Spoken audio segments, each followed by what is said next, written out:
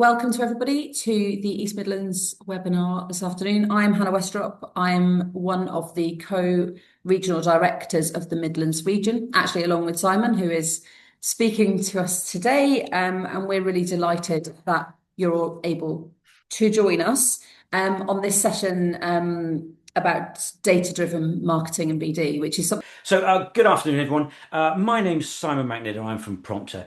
I've spent about 30 years in CRM in professional services firms, accountants, law firms, and then consulting, same sort of thing.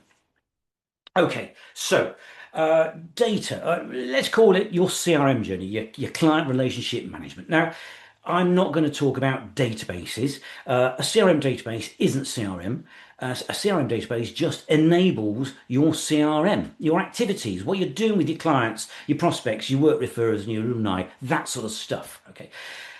And I would have said that CRM is here to enable you to cross-sell and upsell your work and your services and manage your relationships, understand what's going on with whom, who knows who, that sort of thing. So I've put it into a sort of little windy road, and we're going to go through from the starting blocks. Okay, so let's start. Everybody starts here at one time or another. Okay, this spreadsheet hell, or you might even enjoy them.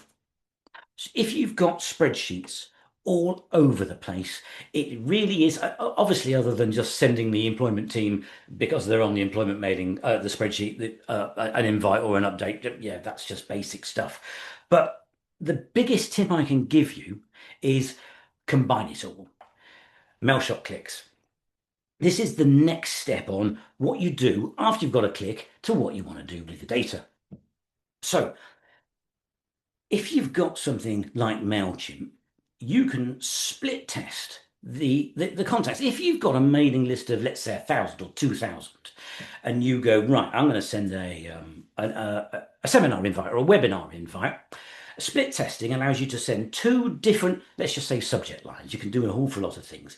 And you go, I'll send 10% with that one, 10% with that one. Whichever gets the more clicks or opens or bookings, I'll send the remaining 80% with the winning subject line. Okay. Now, well, let's download a spreadsheet of all of our clicks. So you've got the email address of the person so you can identify them. You've got all the different types of clicks and when they clicked. Dump the spreadsheet into AI. And as long as you can classify that that's an employment click, that's a tax click, that's conveyancing or whatever. We do have a question in, and it is a question actually that I had sort of written down as well, because I think it's been an issue for me throughout my career in managing contacts. And that is, how do you combat the ownership issue of contacts? So where a fee earner feels they own a contact, although they may or may not be known to many, but they don't want to share their contacts or information with others. Okay, so there's two aspects to this. You've got the account owner of the client, and there's no argument with that. It's whatever it is. If you're a property law firm, it's the chief property person that brought that client in. We've had this for years. In the olden days, there used to be a lead person for this contact because the CRM systems were based on B2C sales. Yeah, and they were selling widgets and stuff like that. And there was always a lead person, the account manager, and it just got renamed to partner or whatever, or fee earner. And then you've got others, and you've got the argument of who knows them best. I remember those times very, very well.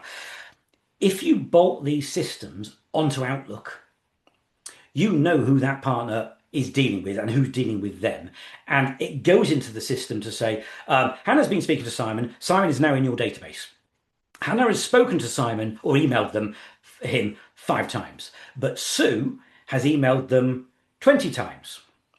Sue is probably the best contact to get in touch with. You don't have to have the owner. Thank you, Simon, for a really great session. Brilliant, you're welcome. Thank you, Hannah.